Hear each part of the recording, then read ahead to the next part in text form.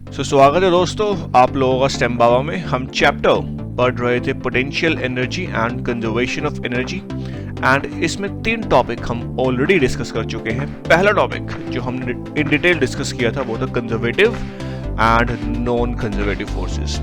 Second topic हम लोगों ने डिस्कस किया था potential energy and the work done by conservative force. Third topic very important, conservation of mechanical energy. And चौथा topic आज हम इस वीडियो में स्टार्ट करने जा रहे हैं जिसका नाम है work done by non conservative forces. चलिए करते हैं इस शानदार वीडियो की शुरुआत।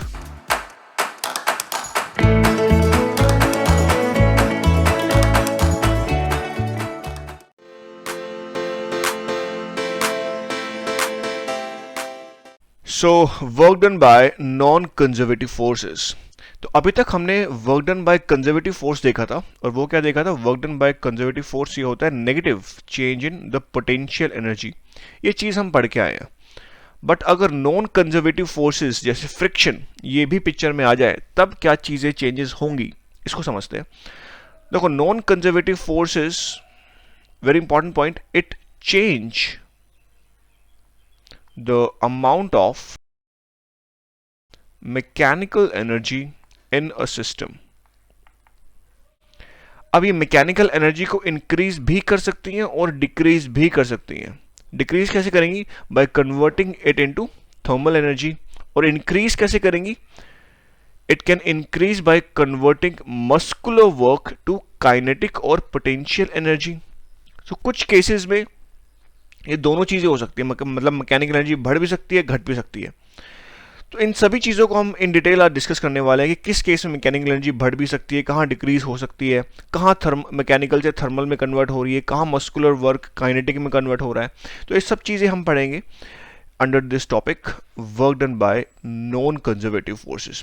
तो सबसे पहले तो एक एक्सप्रेशन निकाल लेते हैं कि जो वर्क डन होता है नॉन कंजर्वेटिव फोर्स का, उसका एक्सप्रेशन या उसका एक इक्वेशन या फॉर्मूला बोल लीजिए, वो क्या होता है। तो पहले उसको निकालते हैं and then will discuss it further. तो चलिए let's try to connect non conservative work and energy change. तो will start with the same theorem जो हमने पढ़ी थी, which was the total work जो होता है this is equals to change in kinetic energy. ये चीज़ हमने पढ़ी थी when we were discussing work and kinetic energy theorem. Now अगर सिस्टम में कंजर्वेटिव और नॉन कंजर्वेटिव वर्क दोनों है तो जो टोटल वर्क डन होगा वो किसके बराबर होगा? इस total work done will be the work done due to conservative force plus the work done due to non conservative force, यही होगा। एंड हमें ये मालूम है कि जो कंजर्वेटिव वर्क होता है ये किसके बराबर होता है? Negative of change in potential energy. अगर मैं यहां पे इसको प्लेस कर दूं तो क्या हो जाएगा कि जो टोटल वर्क होगा this will be equals to minus the change in potential energy plus W, this is non conservative work। अच्छा, जो टोटल वर्क होता है वो चेंज इन काइनेटिक एनर्जी के बराबर होता है। तो क्या मैं WT को भी चेंज इन काइनेटिक एनर्जी लिख डालूं? बोलो बिल्कुल लिख डालो।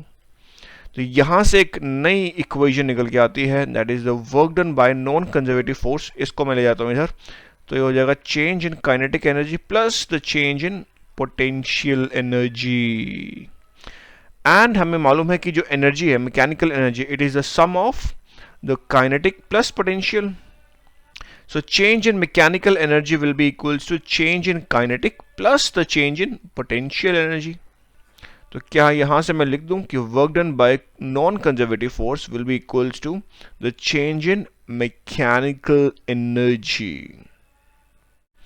तो 3 स्टैंडर्ड इक्वेशन यहां से निकल के आई। पहली इक्वेशन तो हम ऑलरेडी पढ़ चुके हैं कि जो टोटल वर्क होता है this is equals to change in kinetic energy. Second equation भी हम पढ़ चुके हैं कि work done by conservative force is equals to negative the change in potential energy. आज तीसरी बहुत इंपॉर्टेंट चीज हमने पढ़ी है कि जो work done by non conservative force होता है this is equals to the change in mechanical energy. तो देखिए, अगर ये work done by non conservative force positive हुआ तो mechanical energy will going to increase. और अगर चेंज इन ये और अगर ये work done by non conservative force negative हुआ तो change in mechanical energy would be negative, मतलब कि मैकेनिकल एनर्जी डिक्रीज हो रही है। बोलो यार, मुझे समझ नहीं आया क्या क्या बोल रहे हो। देखो अभी हमने ये चीज़ देखी है, तो work done by non conservative force change in mechanical energy मतलब the final mechanical energy minus the initial mechanical energy. तो यहाँ से मैं ये भी तो लिख सकता हूँ कि जो फाइनल मैकेनिकल एनर्जी होगी this will be the work done by non conservative force minus, sorry ये हो जाएगा इधर जाके प्लस, तो प्लस ए आई। अब देखो अगर ये इसकी वैल्यू पॉजिटिव रही तो जो फाइनल मैकेनिकल एनर्जी होगी सिस्टम में वो बढ़ जाएगी, क्योंकि इनिशियल प्लस ये इसकी वैल्यू भी पॉजिटिव आई है तो इंक्रीज हो जाएगी, तो मतलब मैकेनिकल एनर्जी इंक्रीज हो गई। बट अगर अगर इन केस ये work done by non conservative force अगर ये नेगेटिव हो गया, तो ये नेगेटिव है ये पॉजिटिव और ओवरऑल वैल्यू डिक्रीज हो जाएगी, तो मैकेनिकल एनर्जी डिक्रीज हो जाएगी। तो इट डिपेंड्स कि work done by non conservative force क्या होता है, पॉजिटिव होता है नेगेटिव होता है, उस पे उसके इक्वलेंट हम मैकेनिकल एनर्जी आपके सिस्टम की बढ़ भी सकती है और डिक्रीज भी कर सकती है। तो ये चीज़ हमने स्टार्टिंग में डिस्कस की थी कि the work done due to non-conservative force can increase the mechanical energy of the system or it can decrease the mechanical energy।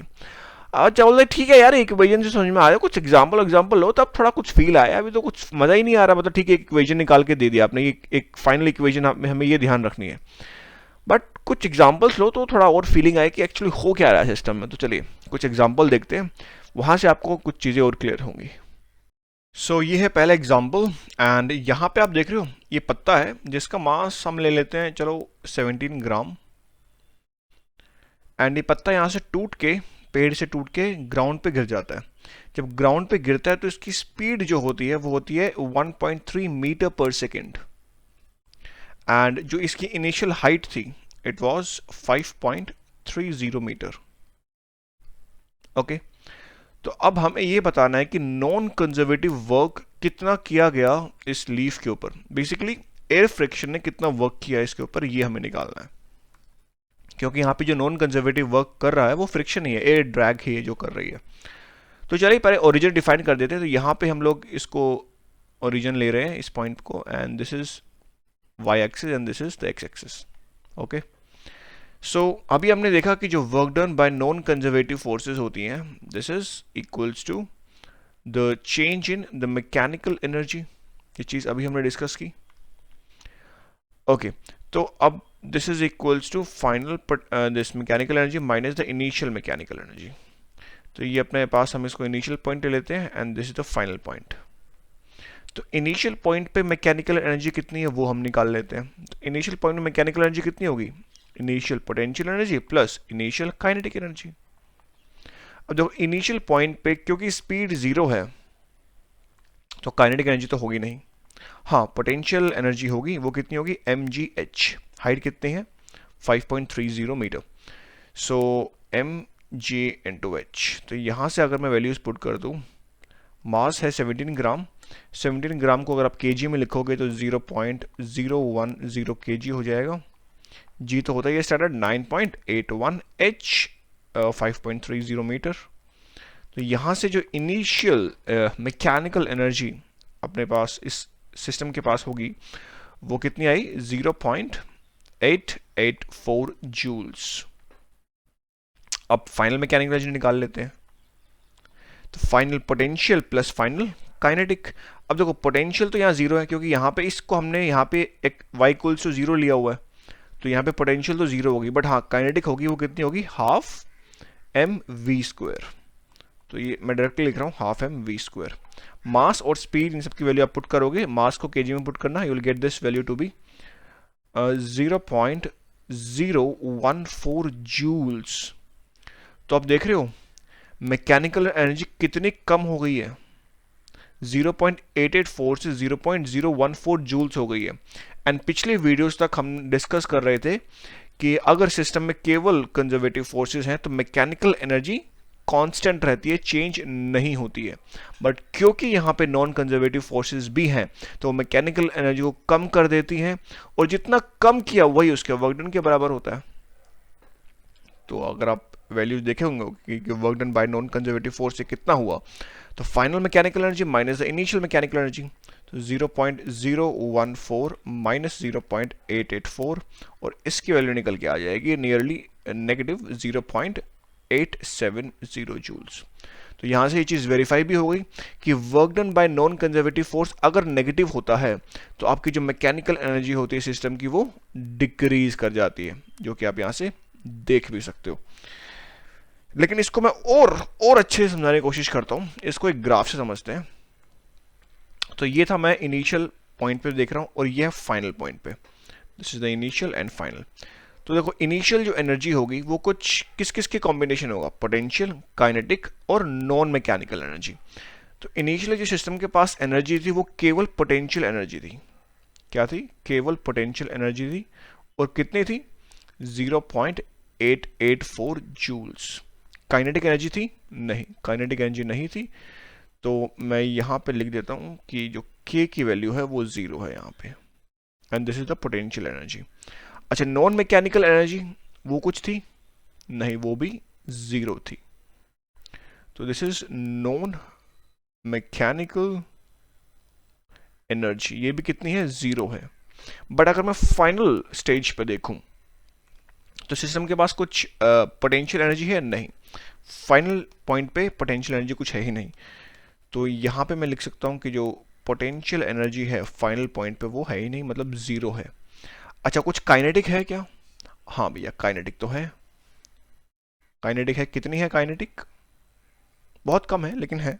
कितनी है? 0 पॉइंट, ये अब देखा ना, फाइनल में केवल काइनेटिक है, देखो 0.014। तो ये 0.014 जूल्स। अच्छा, नॉन मैकेनिकल एनर्जी कुछ है क्या? हाँ बिल्कुल है। कितनी है? 0.870। यही तो है नॉन मैकेनिकल एनर्जी। तो ये हो गई हमारे पास, यहाँ पे मैं दिखा देता हूँ। तो this is the non mechanical energy और ये कितनी है? 0.870 जूल्स। तो आप देख रहे हो कि जो टोटल एनर्जी है सिस्टम की, यहाँ पे अगर आप टोटल एनर्जी देखोगे तो वो कितनी है? 0.884। और यहाँ पे अगर आप टोटल एनर्जी देखोगे सिस्टम की, वो भी कितनी है?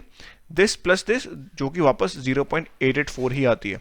इसका मतलब जो टोटल एनर्जी है, इसका मतलब जो टोटल एनर्जी है सिस्टम की वो तो हमेशा कंजर्व रहती है, भले ही फ्रिक्शन हो पिक्चर में ना हो, इससे फर्क नहीं पड़ता।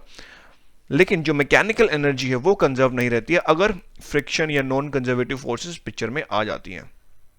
तो आई होप कि आपको चीज़ें बिल्कुल क्लियर हो गई होंगी। एक दो एग्जाम्पल और देखते हैं। इस एग्जाम्पल में एक स्कायर ने अपने ग्लव को ड्रॉप किया फ्रॉम हाइट h से इसने ड्रॉप किया ऑन अ फ्रेश स्नो। यहाँ पे स्नो है, तो जब ये स्नो पे गिरा तो कुछ स्नो के अंदर भी ये कुछ जाके धंस गया, तो कुछ डेप्थ d उसने ट्रेवल किया और जब फाइनली यहाँ पे आके वो रुका ग्लव।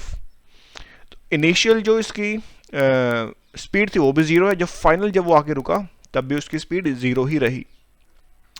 अच्छा, एक चीज हमें और दी हुई है कि जो work done by non conservative force है वो है नेगेटिव 1.44 जूल्स। ये हमें दिया हुआ है, इतना वर्क किया नॉन कंजर्वेटिव फोर्सेस ने। और जितना डेप्थ, जितना ये स्नो में जाके धंसा ना, जितना ये डेप्थ d है, ये हमें दी हुई है। दिस डेप्थ इज 0.147 मीटर और जो मास है ग्लव का ये हम ले लेते हैं 0.312 kg। तो ये जो गिवन डेटा है, हमारी दिली इच्छा ये है कि हाइट h हम निकालें कि कितने हाइट h पे ये ड्रॉप हुआ। तो देखो आपकी इच्छा है, आप यहाँ पे 0 ले लो ओरिजिन, या आप यहाँ ले लो 0, इट्स अप टू यू। हम कहीं भी ले सकते हैं जहाँ आपकी इच्छा हो। तो मैं यहाँ ले लेता हूँ, ठीक है। एंड यहाँ पे हाइट h है और ये जो डिस्टेंस, क्योंकि 0 से आप नीचे की तरफ जाओगे तो इसको -d लेके चलना पड़ेगा। हाँ, अगर आपने 0 यहाँ लिया होता तो फिर आप इसको पॉजिटिव ले सकते थे। तो वही चीज़ जो इक्वेशन हमने पढ़ी कि work done by non conservative force से चेंज इन मैकेनिकल एनर्जी होती है, ये चीज़ हम लिखेंगे और यहाँ से हम लोग वैल्यूज निकालेंगे h की। तो पहले निकाल लेते हैं इनिशियल पॉइंट पे मैकेनिकल एनर्जी कितनी है। देखो इनिशियल पॉइंट पे पोटेंशियल एनर्जी कितनी है, यहाँ से रेफरेंस, यहाँ से देखेंगे हम तो वो कितनी है? mgh पॉजिटिव, रेफरेंस से ऊपर की तरफ जा रहे हैं तो मतलब पॉजिटिव होगा mgh, करेक्ट। अच्छा, काइनेटिक कितनी है? ये तो हाँ, अच्छा काइनेटिक कितनी है? वो 0 है क्योंकि स्पीड 0 है, तो जो इनिशियल मैकेनिकल एनर्जी वो ए आई इतनी ही होगी, और ये इसकी अगर वैल्यूज पुट करोगे एम जी एच की तो हम निकाल लेंगे। अब अगर मैं फाइनल पॉइंट की बात करूं तो फाइनल मैकेनिकल एनर्जी जो होगी that will be equals to potential plus kinetic. जो काइनेटिक तो होगी नहीं क्योंकि स्पीड जीरो है, केवल पोटेंशियल ही होगी। अब पोटेंशियल कितने होगा, रेफरेंस से आप नीचे आ चुके हैं कुछ डिस्टेंस डी, तो आपको नेगेटिव लेना पड़ेगा, इसको एम जी माइनस टी ये लेना पड़ेगा आपको, करेक्ट। तो मैं यहाँ से लिख सकता हूँ कि जो ये अगर मैं इक्वेशन यूज करूँ कि जो work done by non conservative होता है ये ई एफ माइनस ई आई होता है, और ई एफ कितना है, ये है minus M G D, and A I कितना है एम जी एच। तो यहाँ से अगर मैं माइनस एम जी कॉमन ले लूँ तो ये कितना बच जाएगा, डी प्लस एच बच जाएगा, बोलो यार। और नॉन कंजर्वेटिव वर्क हमें दे रखा है कितना, माइनस 1.44 जूल्स। तो वैल्यूज अगर मैं पुट कर दूं माइनस 1.44 जूल्स, तो ये माइनस और ये माइनस तो हो जाएगा पॉजिटिव। देखो एम पता है, जी पता है और डी पता है, एच के वैल्यू आराम से निकाल लेंगे। बोलो ये तो बच्चों वाला काम है, ये तो निकाल ही देंगे। मास हमें दे रखा है 0.312 kg, जी तो होता है स्टैंडर्ड 9.81, डी दे रखा है 0.147 मीटर, एच हमें निकालना है। एच को आप यहाँ से सिंप्लीफाई करोगे तो ये आ जाएगा 0.323 मीटर, करेक्ट। तो मतलब इतनी हाइट से आपने इसको ड्रॉप किया होगा, बोलो यार। अब इस क्वेश्चन को मैं थोड़ा और एक्सटेंड करता हूं। सपोज कि ये जो हाइट थी, इनिशियल जो हाइट जिस हाइट पे आपने ड्रॉप किया वो तो सेम ही रही, बट जितना ये धसा, जो डेप्थ जो नीचे मतलब स्नो के नीचे जितना ये धसा या इसको बोलेंगे जितना नीचे गया वो इंक्रीज हो गया। सपोज वो हो जाता है 0.220 मीटर। तो बताइए कि जो वर्क डन किया नॉन कंजर्वेटिव फोर्स ने उसका मैग्नीट्यूड बढ़ा या घटा। तो क्या बोल रहे समझ नहीं आया, मतलब बढ़ा घटा क्या। देखो जब पहले जब ये इतना डेप्थ वो धस रही थी ये अपना ग्लव, तब जो नॉन कंजर्वेटिव जो वर्क कर रही थी फोर्सेस वो इतनी थी। बट अगर ये डेप्थ इंक्रीज कर दूं मैं टू 0.220 मीटर, तब ये क्या वैल्यू, इसका जो मैग्नीट्यूड होगा वो क्या बढ़ेगा घटेगा, क्वेश्चन ये है। तो सिंपल सी बात है, बढ़ेगा यार, नो डाउट बढ़ेगा। यहां से आप देख रहे हो कि जो work done by non conservative force आया था वो किसके बराबर आया है, मैग्नीट्यूड वाइज देखो तो यही है। अब अगर मैं डेप्थ को बढ़ा दूंगा तो ये बढ़ जाएगी, बोलो यार। तो ये बढ़ेगा तो कुछ वैल्यूज पुट कर दो, डी की वैल्यू कितनी हो गई है, अगर मैं सिर्फ मैग्नीट्यूड की बात कर रहा हूं मैं यहाँ पे, तो एम तो पता ही है, जी पता है, डी कितना हो गया 0.220 मीटर हो गया है, एच तो सेम ही रहा 0.23 मीटर, एम जी की वैल्यू और पुट कर दो, this value will come out to be as 1.66 joules. तो देख रहे हो 1.44 से 1.66 बढ़ गया है। बट मुद्दे की बात है कि बढ़ा क्यों, मतलब ठीक है वही, बट फीलिंग नहीं आई, मतलब फिजिकली समझाओ कि ये बढ़ा क्यों। देखो वर्क डन बेसिकली होता क्या है, वर्क डन किसी भी फोर्स का वर्क डन वो क्या होता है, फोर्स इनटू डी, यही होता है वर्क डन। अगर फोर्स ऊपर की तरफ जा रही हो और मतलब ऊपर की तरफ लग रही हो और जो उसका जो डिस्प्लेसमेंट है वो नीचे की तरफ हो तो वर्क डन नेगेटिव हो जाता है, बस इतना होता है। बट अगर मैग्नीट्यूड वाइज देखें तो वर्क डन केवल फोर्स मल्टीप्लाइड विद डिस्टेंस होता है। अब अगर मैं डिस्टेंस को बढ़ा दूं तो वर्क डन बढ़ेगा ना भाई, वही सिंपल सी बात है, मैंने डिस्टेंस को डी बढ़ा दिया यहाँ पे तो वर्क डन बढ़ गया, बोलो यार। तो ये था आंसर इस क्वेश्चन का। अब मूव ऑन करते हैं एक और क्वेश्चन पे and then we are going to end this video. So यहाँ पे आप देख रहे हो गोल्फर, ये गोल्फ बॉल को हिट करता है और इसकी दिली इच्छा ये थी कि ये बॉल को इस होल में पहुंचा सके, बट हो गई गड़बड़। ये कुछ स्पीड वी से हिट करता है एंड जो बॉल है वो केवल डिस्टेंस डी ही कवर करती है, और एक्चुअल जो डिस्टेंस था from this point two this point ये 4D था। तो अब हमें ये बताना है कि कितने स्पीड v से ये हिट करे कि ये डिस्टेंस 4D कवर कर ले जाए बॉल। और एक चीज हमें दिया हुआ है कि जो ये रेजिस्टेंस, जितना ये जो ग्रास जो बॉल पे रेजिस्टेंस या फ्रिक्शन जो प्रोवाइड कर रही है वो कांस्टेंट है। जो फोर्स ऑफ फ्रिक्शन जो प्रोवाइड कर रही है ग्रास वो कांस्टेंट है बॉल के ऊपर। तब हमें बताना है कि ये स्पीड कितनी स्पीड से, मतलब इसको ये इनिशियल स्पीड कितनी दे बॉल को कि ये फाइनली यहां पे आके रुके। तो ये है क्वेश्चन। आई होप कि क्वेश्चन तो आपको क्लियर हो गया होगा। तो यहाँ पे हम कैसे सॉल्व करें इसको, पहले आप खुद ट्राई करो and then watch this video later on. तो आई होप कि आपने ट्राई किया होगा, नहीं भी किया तो कोई बात नहीं, समझ में आ जाएगा चीज़ें कैसे हो रही है यहाँ पे। तो देखिए जो फोर्स जो फ्रिक्शन है ये कांस्टेंट है, मतलब कि हम पहले सबसे पहले इक्वेशन जो मैं लिखने वाला हूँ कि work done by non conservative force ये होता है change in the mechanical energy, चीज़ हमने पढ़ी थी। बट देखिए यहाँ पे जो पोटेंशियल एनर्जी है बॉल की वो चेंज नहीं हो रही है, इस पॉइंट पे भी और इस पॉइंट पे भी जो ये हाइट है, अगर मैं इसको रेफरेंस ले लूँ, इसको मैं वाई एक्सिस ले लूँ, ये एक्सिस वाई एक्सिस ले लूँ, एक्स एक्सिस ले लूँ, तो ये जो वर्टिकल हाइट है वो चेंज नहीं हो रही है, मतलब जो पोटेंशियल एनर्जी है बॉल की वो कांस्टेंट है, वो चेंज नहीं हो रही है। तो बेसिकली मैं इसको लिख सकता हूँ that it will be equals to the change in kinetic energy. बोलो यार। अब अगर मैं फर्स्ट केस की बात करूँ तो जो work done by the non conservative force will be equals to the final kinetic energy minus the initial kinetic energy.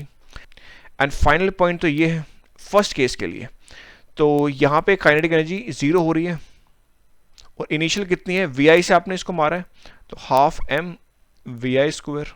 बोलो यार।